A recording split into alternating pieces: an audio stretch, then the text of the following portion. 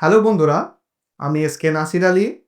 বন্ধুরা, আজকের এই নতুন ভিডিওতে আমি আপনাকে বলবো সিএসসির মাধ্যমে একটি আধার ইউসিএল সেন্টার পেতে গেলে বা চালু করতে গেলে আপনার কাছে কী কী ডকুমেন্টেশন থাকতে হবে এবং আপনাকে কী কী স্টেপ ফলো করতে হবে। বন্ধুরা, প্রথমে বলে রাখি এই ভিডিওটা একটু লম্বা হয়ে যাবে কারণ এই একটা ভিডিওতেই আমি আপনাকে আধার ইউসিএল সেন্টারের ব্যাপারে A to Z বলবো। বন্ধুরা, যেহেতু সমগ্র প্রসেসটা আমরা সিএসসির মাধ্যমে করব বা সিএসসির মাধ্যমে অ্যাপ্লাই করব, সর্বপ্রথম আপনার কাছে দুটো জিনিস ম্যান্ডেটরি থাকতেই হবে এবং একটা জিনিস আপনাকে কন্টিনিউ মেনটেন করতে হবে। সর্বপ্রথম জিনিস হচ্ছে আপনার কাছে একটি অ্যাক্টিভ সিএসসি আইডি থাকতে হবে। দ্বিতীয়ত হচ্ছে সিএসসির মাধ্যমে পাওয়া যে কোনো প্রাইভেট হোক বা ন্যাশনাল ব্যাংক হোক, যে কোনো ব্যাংকের একটি ব্যাংক বিসি অ্যাকাউন্ট থাকতে হবে। এই দুটো কম্পালসারি আপনার কাছে থাকতেই হবে। তৃতীয় নম্বর হচ্ছে আপনার কাছে যে সিএসসি আইডি আছে বা ডিজিটাল সেবা পোর্টাল আছে, সেই ডিজিটাল সেবা পোর্টালে পার মাসে আপনাকে 200 থেকে 400 ট্রানজ্যাকশান করতেই হবে এবং আপনার কাছে যে ব্যাংক বিসি অ্যাকাউন্ট আছে সেই ব্যাংক বিসি অ্যাকাউন্টে পার মাসে মিনিমাম 100 পিস ট্রানজ্যাকশান করতেই হবে। যদি আপনি এই ট্রানজ্যাকশানগুলি কন্টিনিউ 6 মাস ধরে মেনটেন করতে পারেন, তাহলে ইনিশিয়াল ফেসে আপনি এলিজিবল হয়ে গেলেন সিএসসির মাধ্যমে আধার ইউসিএল পাওয়ার জন্য। নর্মালি আপনি এলিজিবল হয়ে যাওয়ার পর আরও কয়েকগুলো ডকুমেন্টস আপনাকে অ্যারেঞ্জ করতে হবে। প্রথমে হচ্ছে আপনাকে এনএসসি আইটি পোর্টাল থেকে পাওয়া আধারের কাজ করার জন্য অপারেটর বা সুপারভাইজার সার্টিফিকেট আপনাকে অ্যারেঞ্জ করতে হবে, যেটা অ্যাপ্লাই করতে অ্যাপ্রক্স 470 থেকে 80 টাকার মতো খরচা পড়ে। 1 নম্বর গেল এটা। দ্বিতীয় নম্বর হচ্ছে আপনাকে একটা পিভিআর বা পিসিসি সার্টিফিকেট বের করতে হবে, যেটা আপনি অনলাইন পোর্টাল থেকেও আপনি অ্যাপ্লাই করতে পারেন বা আপনার লোকাল যে এরিয়া থানা আছে সেই থানা থেকে গিয়ে আপনি বার করতে পারেন। আর একটা কথা বন্ধুরা, এই ভিডিওতে যাবতীয় যা পোর্টাল বা ওয়েবসাইটের নাম আমি বলছি, এই সব ওয়েবসাইটের লিঙ্ক আপনি ডেসক্রিপশানে পেয়ে যাবেন, যেখানে আপনি এক ক্লিক করলে আপনি সেই পোর্টালে যেতে পারবেন এবং আপনি নিজে অ্যাপ্লাই করতে পারবেন। যদি আপনার কোনো জায়গায় কোনো ডাউট হয় বা কিছু মনে হয় যে আমি এটা করতে পারছি নি বা দাদা আপনি যদি এটা ভিডিও করে দেখাতেন আমাদের উপকার হতো, তাহলে আপনার কমেন্ট বক্সে লিখবেন। তার জন্য স্পেশাল করে আমি সেই ভিডিও আপনাকে বানিয়ে দেব।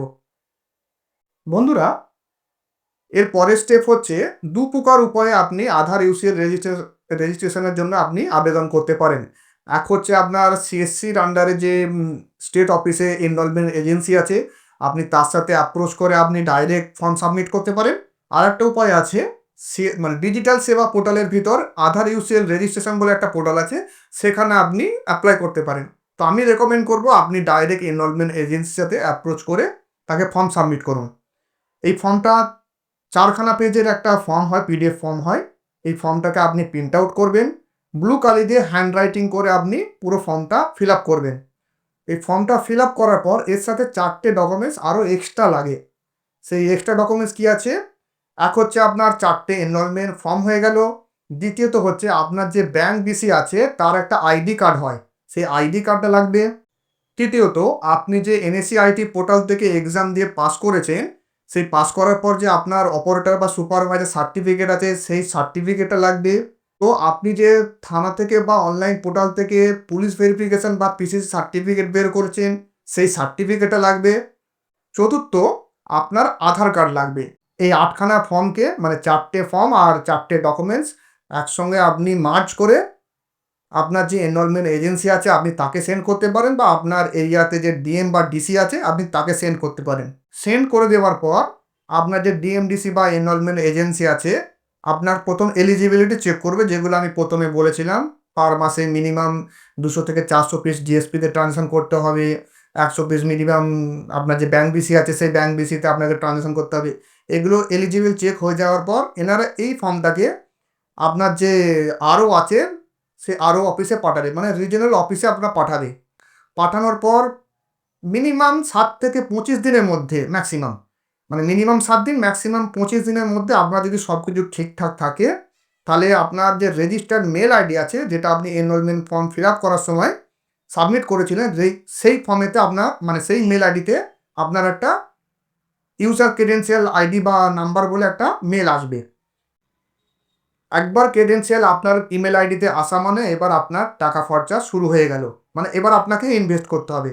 এতক্ষণ ধরে যে আপনি এই ভিডিওতে শুনলেন বা জানলেন, এর মধ্যে আপনার কোনো পয়সা এক্সট্রা ফালতু খরচা হয় না। শুধুমাত্র এনএসসি আইটিতে আধারের সুপারভাইজার এক্সাম দেওয়ার জন্য 480 টাকা আপনার খরচা হয়েছে। আধার ইউসিলে কাজ করার জন্য সবচেয়ে মেন ইম্পর্টেন্ট জিনিস হচ্ছে আপনার আইপি। আপনি যে নর্মাল আপনি আইপি ইউজ করেন, সেই আইপিতে আপনি আধার ইউসিলের সফটওয়্যার রান করতে পারবেন না। তাহলে কিসে আপনি ইউজ করবেন?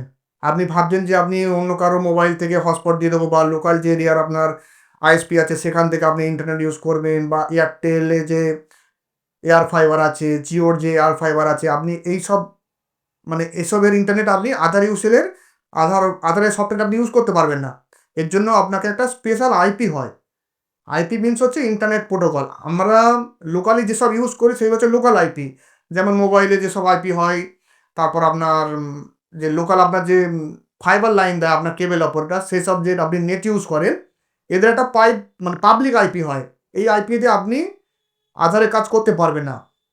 আপনি মান্থলি যেটা রিচার্জ করছেন, এর সাথে আপনাকে আপনার নামে একটা মানে আপনি ইউজ করবেন শুধুমাত্র আইপিটা। এর জন্য আপনাকে বছরে অ্যাডভান্স পেমেন্ট করে, কেউ নেয় 2000 টাকা, কোনো আইএসপি, কোনো আইএসপি আবার নেয় 3000, 4000, ডিপেন্ড করে আপনি কোন এরিয়াতে আছেন।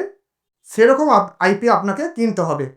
মানে নর্মাল যেটা আপনি মাসে 400-500 টাকা ভরছেন ইন্টারনেট দেওয়ার মানে ইউজ করার জন্য, সেটা আপনাকে দিতে হবে। প্লাস আপনার নিজের নামে আইপি করার জন্য বা আধারে কাজ করার জন্য আপনাকে একটা স্ট্যাটিক আইপি বা লাইভ আইপি বলা হয়, এই লাইভ আইপি আপনাকে কিনতে হবে। এরপর আপনাকে ডিভাইস কিনতে হবে।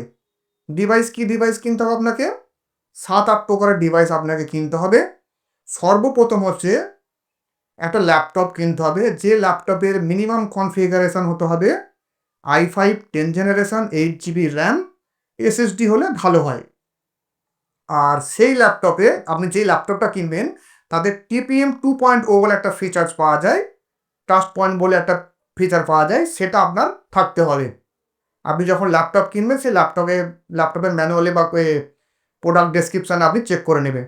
এরপর হচ্ছে, যেহেতু ইউসিএলে শুধুমাত্র সিঙ্গেল আইডি সিঙ্গেল ফিঙ্গারে কাজ হয়, আপনাকে একটা সিঙ্গেল ফিঙ্গারপ্রিন্ট ডিভাইস, সেটা আপনি মোরফো নিতে পারেন বা মিন্ত্রা নিতে পারেন। মিন্ত্রা নিলে আপনার ওই 2500 টাকা থেকে 3200 টাকার মধ্যে পড়ে যাবে, আর মোরফো নিলে আপনার 4.5 থেকে 5.5-এর মধ্যে হবে, কারণ অনেক সময় দাম কম বেশি হয়। অফিসিয়াল ওয়েবসাইট থেকে নিলে একটু কম হয়, অ্যামাজন ফ্লিপকার্ট থেকে নিলে একটু বেশি হয়।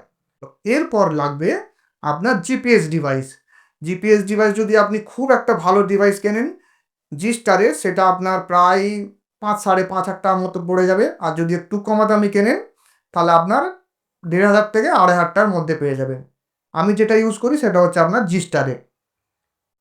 এরপর যেটা লাগবে আপনাকে একটি কালার স্ক্যানার উইথ প্রিন্টার, মানে মানে এমন একটা আপনি প্রিন্টার কিনবেন যেই প্রিন্টারে আপনার কালার প্রিন্ট আউট হয় এবং স্ক্যানার আপনাকে থাকতে হবে। যদি আপনি সেপারেট স্ক্যানার মেশিন কেনেন সেটা আপনার ব্যক্তিগত ব্যাপার। যদি বলেন যে মাল্টি ফাংশনওয়ালা আপনি প্রিন্টার কিনবেন, সেটাও আপনি কিনতে পারেন। আপনার একটা কালার প্রিন্টার লাগবে, আর আপনার হচ্ছে কালার স্ক্যান করতে পারবে সেরকম আপনার একটা স্ক্যান লাগবে। এখন যেমন এপসনের 3110, 3120 এরকম যেমন ডিভাইসগুলো আছে 12-13 টাকা, এগুলোতে আপনার কাজ মিটে যাবে।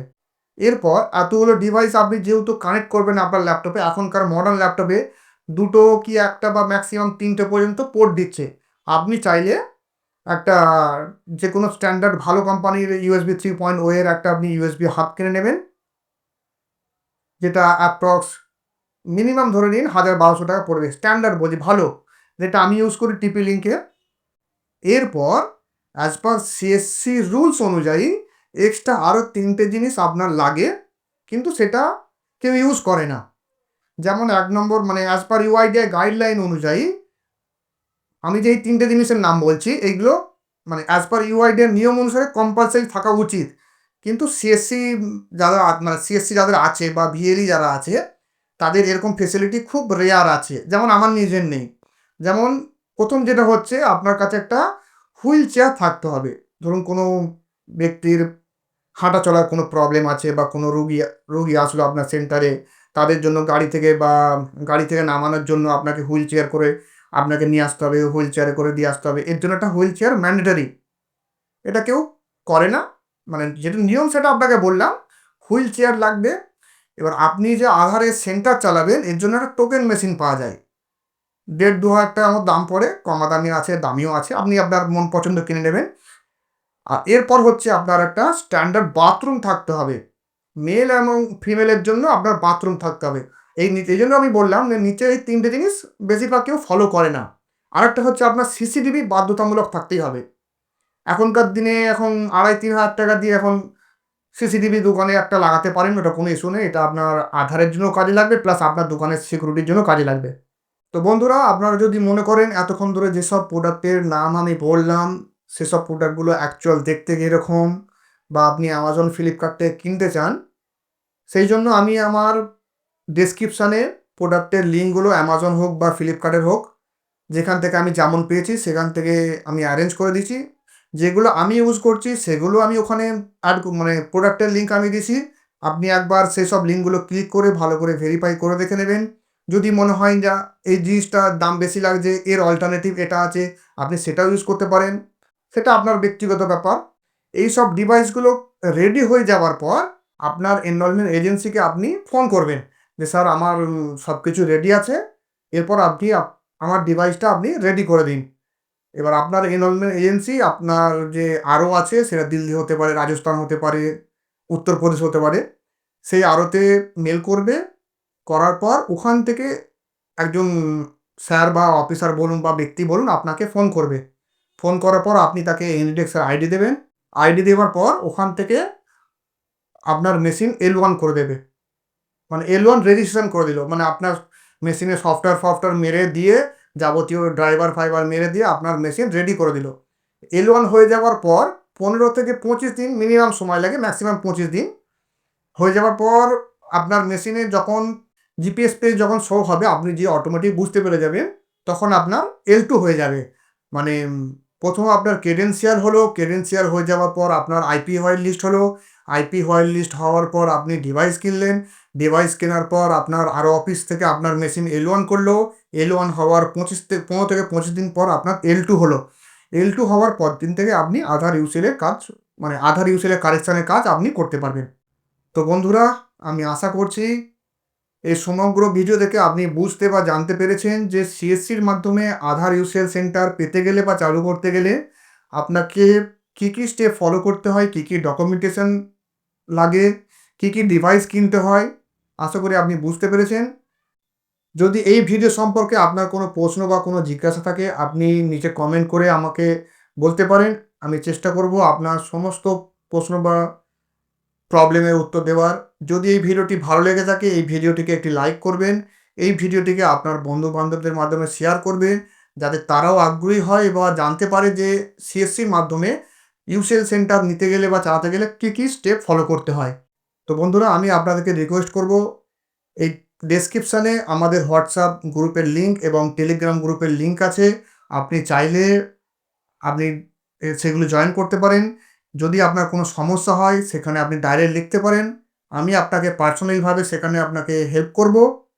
তো বন্ধুরা, আজকের মতো সকলে ভালো থাকবেন।